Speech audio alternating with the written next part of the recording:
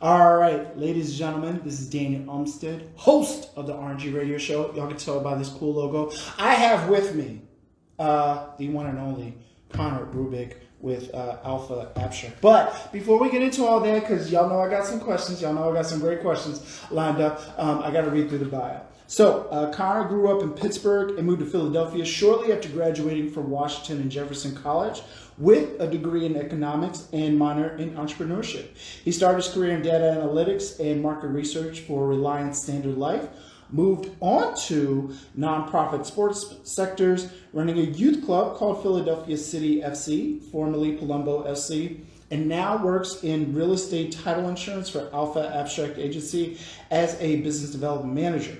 His main responsibility is helping real estate agents and loan officers to grow their business in his role as business development manager. In his free time, he enjoys venture hiking and biking, playing soccer, exploring Philly's food scene, and spending time with family and friends. So with that, I welcome Connor to the RNG Radio Show. Thank you. Thank you so much. Good to see you. Yeah, good to see you too. So I gotta give you the backstory before I even go into questions. So Connor reached out to me through the greatest brokerage, Super Realty Crew.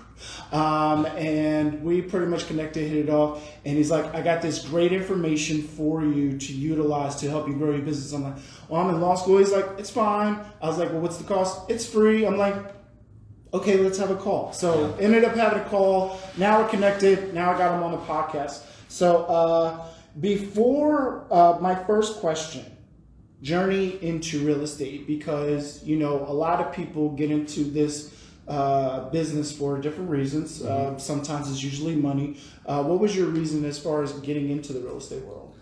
Getting into the real estate world had always been a goal for me, just to understand kind of the ins and outs of everything, and what better way to do that than to do it through kind of the grunt work of title work, right? We see every deal, and we talk to everyone on the deal, from the real estate agent, the loan officer, the buyer, the seller, and we're able to understand, all right, this title's dirty, this is what you have to do in order to clear it, in order to make sure that settlement occurs.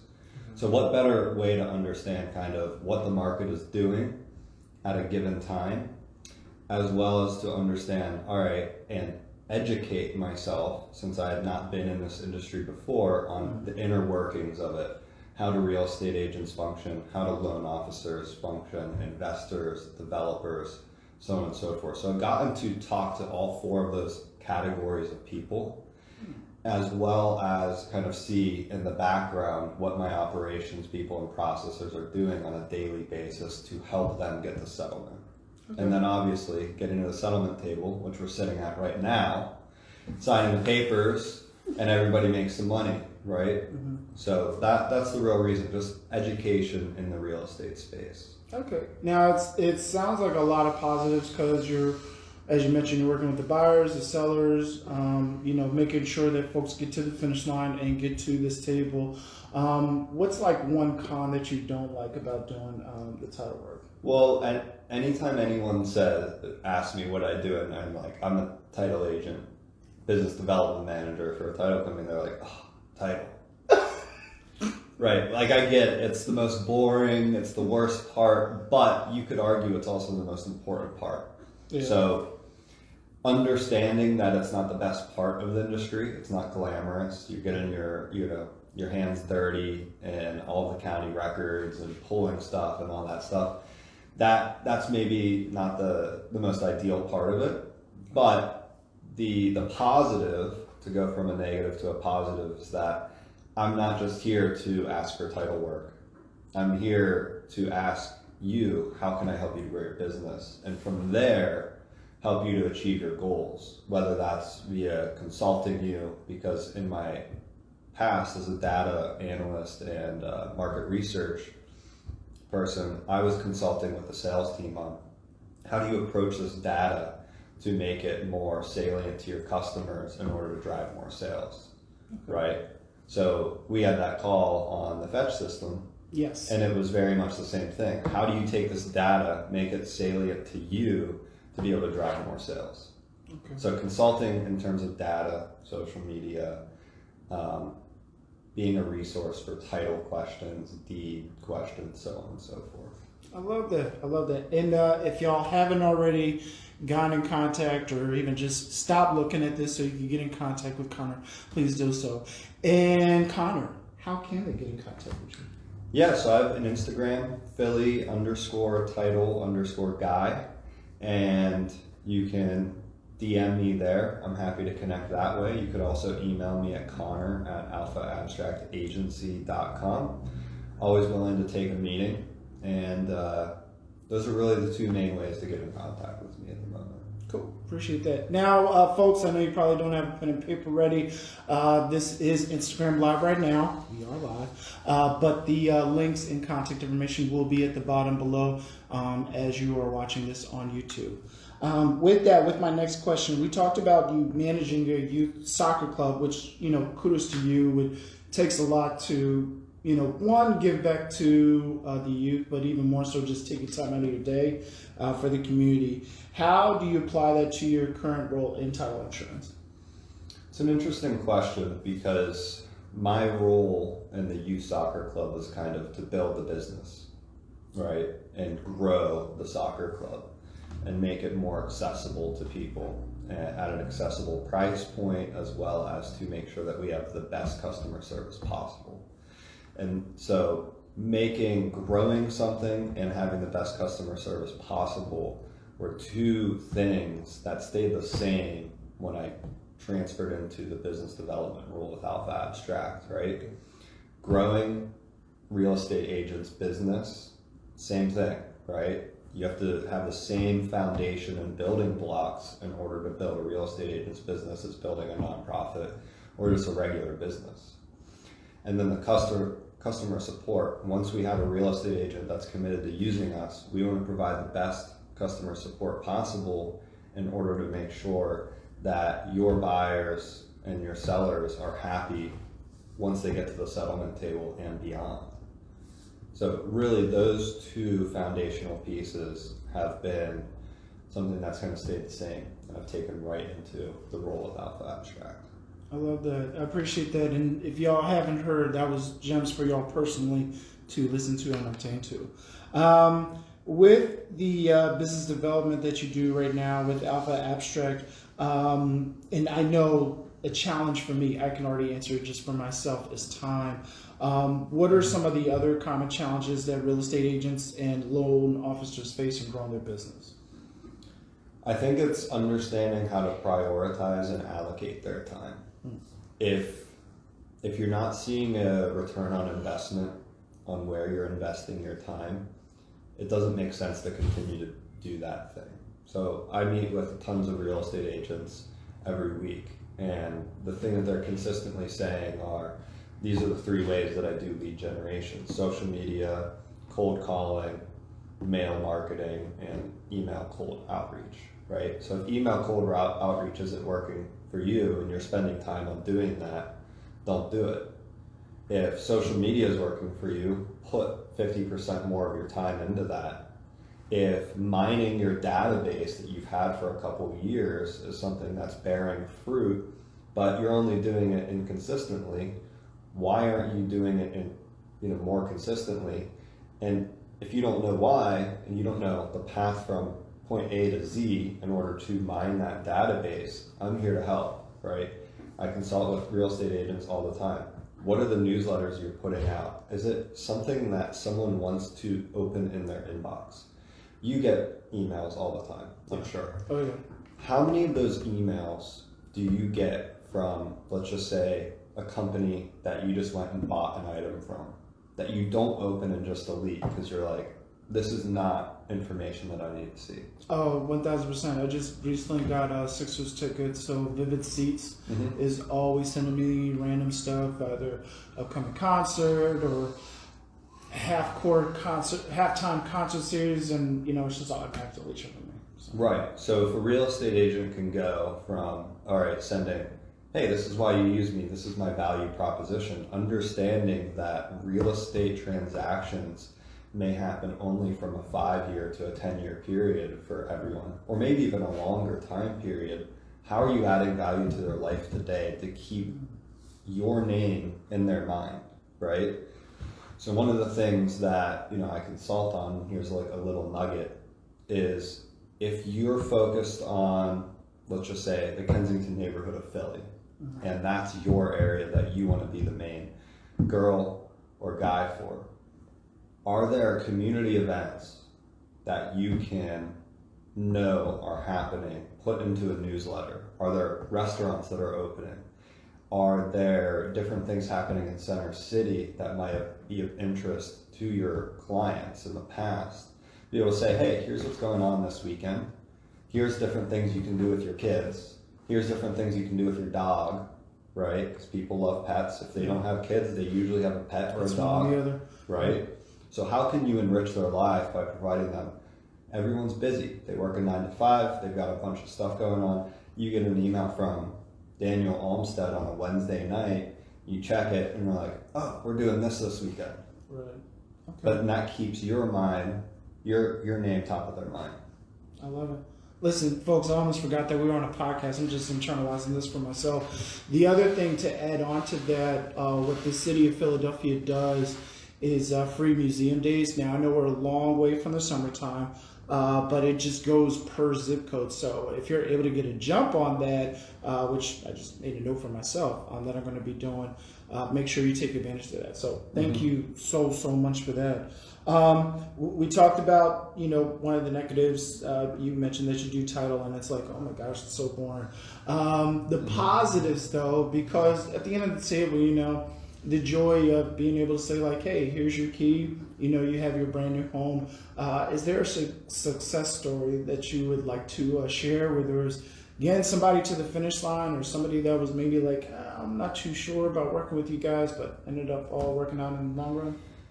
Yeah, so I'd say one of my clients, and I won't say names here, but they were a little tentative on using us because they had been using their title company for quite some time. And they said, why should I use you? And I said, well, if you had a closing with your current title company that's gone wrong, that's put a bad taste in a buyer's mouth. And they just responded, yes. And I said, that's one reason alone just to try us out. And there was nothing, above and beyond what we did there for their first title deal, other than once they got to the settlement table where we're sitting right now, is we provided the real estate agent a bottle of champagne to provide to their buyer. We provided them excellent settlement service, and we got their buyer in and out of here with excitement in 40 minutes. Wow. Right?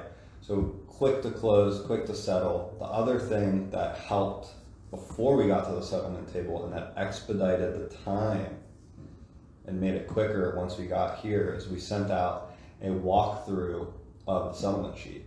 This is what this is, and breakdown of all the cost from one of our owners, so that we're educating not only the buyer and the seller, but then the agent can look at it and just know, all right, I can send this to my buyer, I can send this to my seller, and now I don't have to answer those questions once I send them the settlement sheet.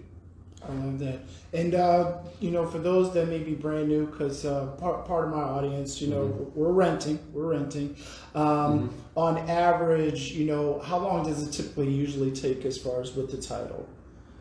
So title orders can take anywhere from a month.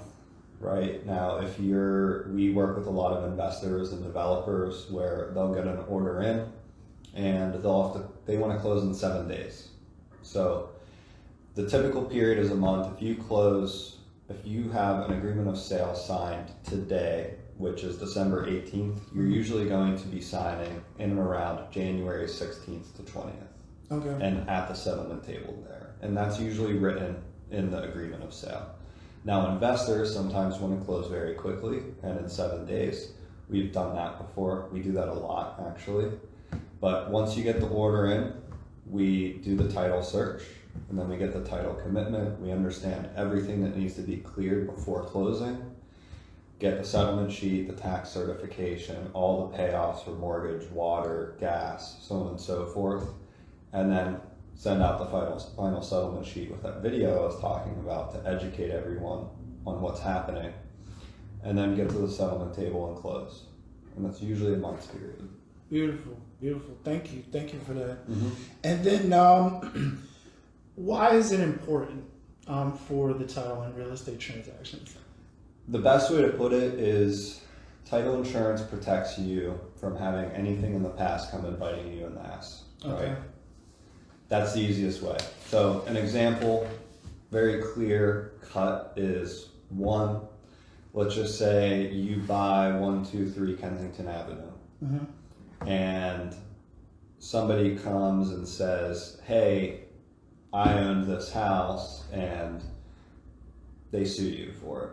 That title insurance that you get at this transaction right now is going to pay for either settling out of court or going to court and paying for all the processes of that, right? Now, it doesn't protect you from anything happening from when you buy it to the future. Right. That's for you to handle. But anything that happened in the past does not come back and hurt you. Okay. And you want to do that with an asset. Yeah, no, 1,000%. I just learned on, really got a deep dive into adverse possession. For those who don't know, it's just pretty much squatters coming in and taking over the property. So, and a squatter can, do by force as far as saying like, hey, no, this property is actually mine. So the title insurance is protecting you during that process. Exactly. 1,000%. Love it. All right. Well, we did drop some gems earlier as far as, tips with the newsletter, social media, shifting to make it work.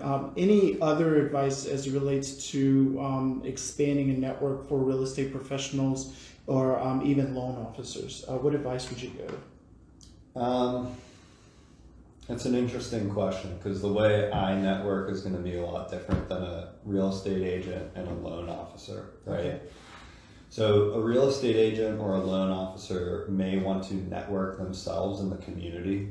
Mm-hmm. So they may want to be going to the town hall and volunteering to be able to put on certain events that grow their network there. They may be wanting to go to and sponsor church events so that they can get their face out in the community and get known in the community. So those are like two good ways to go about it. And it's always good to meet and collaborate with other real estate agents and loan officers that may be not competing with you in the same market. So there's a ton of really great networking opportunities. The Wolf of Broad Street does great networking, and that's just one I'll drop for you for real estate agents and loan officers. But if you're wanting to go direct to clients, I would say get involved in your community and make it known that you're a real estate agent within the market that you want to sell real estate in. Love it, love it. And I'm actually talking to an agent tomorrow from Keller Williams. He had reached out to me via LinkedIn asking like, hey, want to know if you were in the market. I'm like, I'm an agent myself. But because of being in school and all the other fun stuff got going on, I put myself in a referral agency. So for me, I love connecting with other agents. So if you're an agent in the Philadelphia area and you want to network, give me a call. But the main one you need to talk to is Connor. And with that, subliminal message time. Can you give us that contact information one more time? Yeah, so Philly _title _guy on Instagram and Connor at alphaabstractagency.com. Reach out to set a meeting. Always willing to talk. Beautiful, beautiful, awesome. Now, Philly, we got a lot of great things going for us. The landscape is forever changing. We're looking to move the stadium up to Chinatown. Every single time I pretty much go downtown, I'm always seeing brand new buildings or brand new parking lot. How do you feel, especially with your experience and background, how do you feel the Philly landscape being different compared to other major cities? It's interesting because it's changing right now at this moment in time. We're in December, so it's kind of slowed down. Sales are still happening for those motivated buyers and sellers that want to get in January, but for the most part, I see the market kind of slowing down until, let's just say, March 2025. Okay. I'm not sure of inventory levels or anything compared to any other major cities. What I hear is that New Jersey, especially South New Jersey, there's not a lot of inventory, In Philly, there's not a lot of inventory, so it's still very competitive for sellers. Okay. Cool. Good to know. And then we talked about your hobbies, the hiking, biking, playing soccer. How did these hobbies help you maintain that balance with your professional life? Yeah, I'd say just staying active for me keeps me from succumbing to the demons, I would say, right? Okay. You have depression, anxiety, all of that stuff. For me, I'm a super active person. Riding my bike, lifting weights, walking, running are all things that I do to mix it up in order to keep active and also fit, in order to make sure that I can work at my best every single day. I love that. I love that. Thank you. But a lot of these podcasts that I do, I'll be honest, with the folks out there and as well with you, Connor, it's for me internally because I see shifts and things that I need to do in my life. So, and you hit it right on the nail by saying getting rid of those demons, because I work from home and, in the middle of the day and it's like, hey, I'm handling this email and then I'm getting an email from my professor that I have a 60+ page reading assignment to do, it's right there. But if you're constantly staying active, sports, hiking, soccer, or whatever your personal preference is, it keeps you away from that. So exactly. Thank you for that. Now for the Philadelphia food scene, I know I'm definitely enjoying that on my end. Is there any hidden gems or spots that you would recommend to the audience? Yeah, there's a pizza place right south of me called San Lucas. It's off of Bouvier Street in South Philly. Really, really good. They have a Mexican pizza that has a bean base. Very interesting. I'd say if you get it once and you love it, that's great. But I would say that they have one of the best pizzas in Philadelphia right now. And there's probably, they snuck into my top 5. There's also another one close to Passyunk. It's called Dough something or other that I would definitely check out. So the pizza scene there is great. Cheesesteaks, always say D'Alessandro is my number 1. But a sleeper off 13th and Girard is Larry's. Go check out the Larry's off 13th and Girard. I used to live right on that block and I frequented it often. Okay, best friends with Larry's. I will just add my personal choices. Triangle Tavern. Love it. Oh, see, this is why that's my brother from another mother. And then Angelo's. Well, Angelo's, I think, is top 3 for me. Okay. Right? All right. Cool. Would you agree? That's my guy. This is my brother, guys. We look alike. It's have you had Taconelli's yet? No. I heard of that out. Taconelli's. Yeah. Okay. Yep. You got to check it out. It's up in Port Richmond. Okay. Oh, it's not too far. It's not. It's just north from here. Okay. Yeah. Cool. Appreciate that. And then the transition, because you were doing nonprofit and then it's like corporate business, president, VP.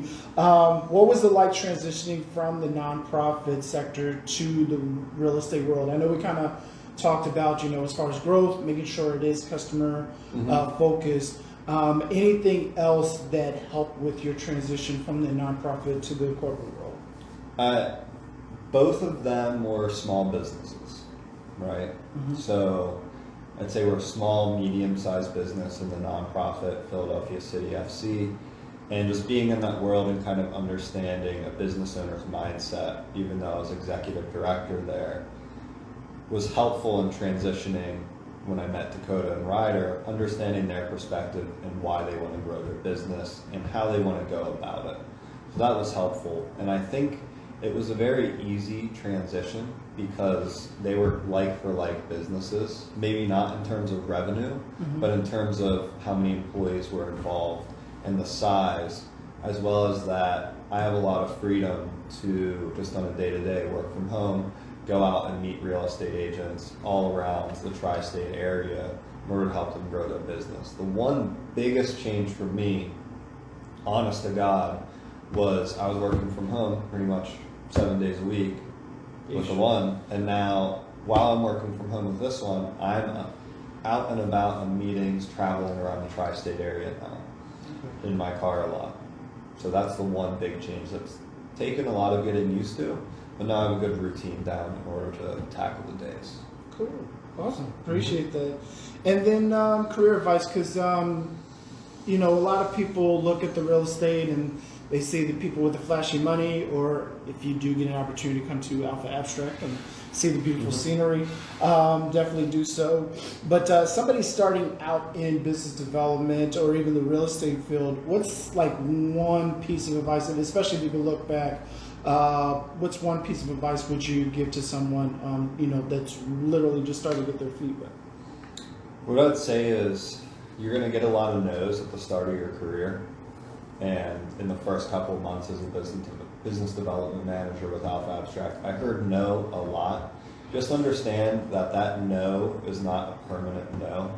It's a no for now. Mm-hmm. And if you continue to be persistent and continue to just work hard every single day and not take that failure personally, then you're going to be successful. I love it. The gems are being dropped today, ladies and gentlemen, so I hope y'all are paying attention. The future of real estate. I myself, I've been in the game for maybe since 2019. Very on the low part, so I don't want y'all to think I'm this millionaire realtor. Not yet. Manifestation. What do you see as far as the trend like shaping the real estate industry? I know video marketing, hint, is definitely a big, you know, venture as far as direction. But what else are you seeing on your end as it relates to title insurance or even business development? So I'll just say kind of trends that I've seen just in conversations that I've had, and this one's kind of a big gem, right? I talked to a lot of big developers and massive owners of property across the United States quite frequently, is that a lot of these apartment owners are starting to look into different ways of investing in real estate, not just apartments anymore. And data centers is one thing that I've heard that people are looking into. Acquiring data centers, there's no tenants, and it's an interesting prospect. I have not looked into it myself, but if you're a little bit bigger, I'd say maybe start looking into that. The second thing is that there's never been a better time to buy real estate despite interest rates. If you get in today, you always have an appreciating asset. So no matter where you're at in life, if you're renting, real estate's always a good thing. But if you want to, in acquiring that real estate as an investment vehicle is always going to make sure, as long as it's the right deal, it's going to cash flow. Love it. And it's starting the process to do it.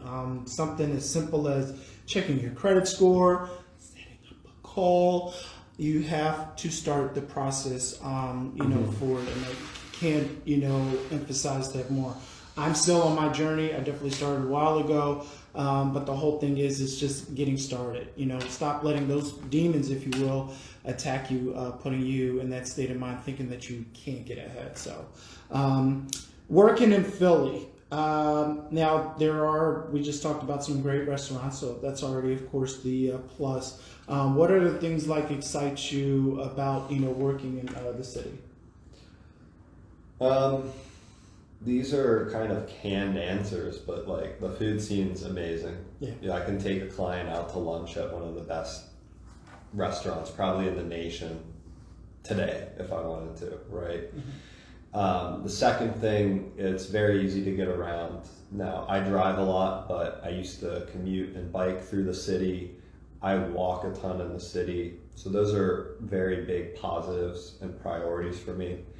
And then I'd just say the third is the energy in the city is always kind of more fast-paced. Not as fast-paced as New York, but I grew up in Pittsburgh, very small town city vibes, and not as much energy was being transmitted there. I moved to Philly, and it's kind of invigorating being here.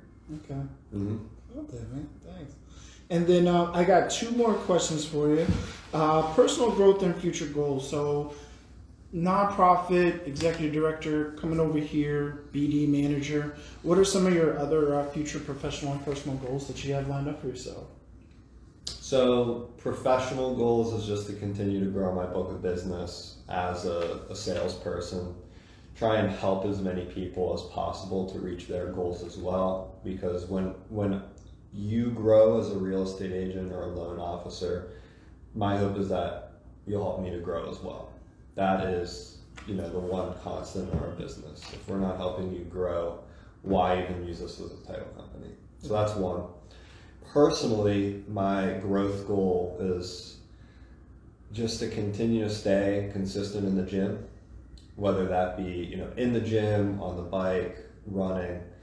I have a goal of running a sub 6:30 mile, and I'm about 15 seconds away from that. God damn, bro. Yeah, it's a little discouraging because I used to be able to run that a sub 5 in high school. But we get old. Minute 30, you get old. The joints start hurting, all that stuff. So that's one personal goal, and then in terms of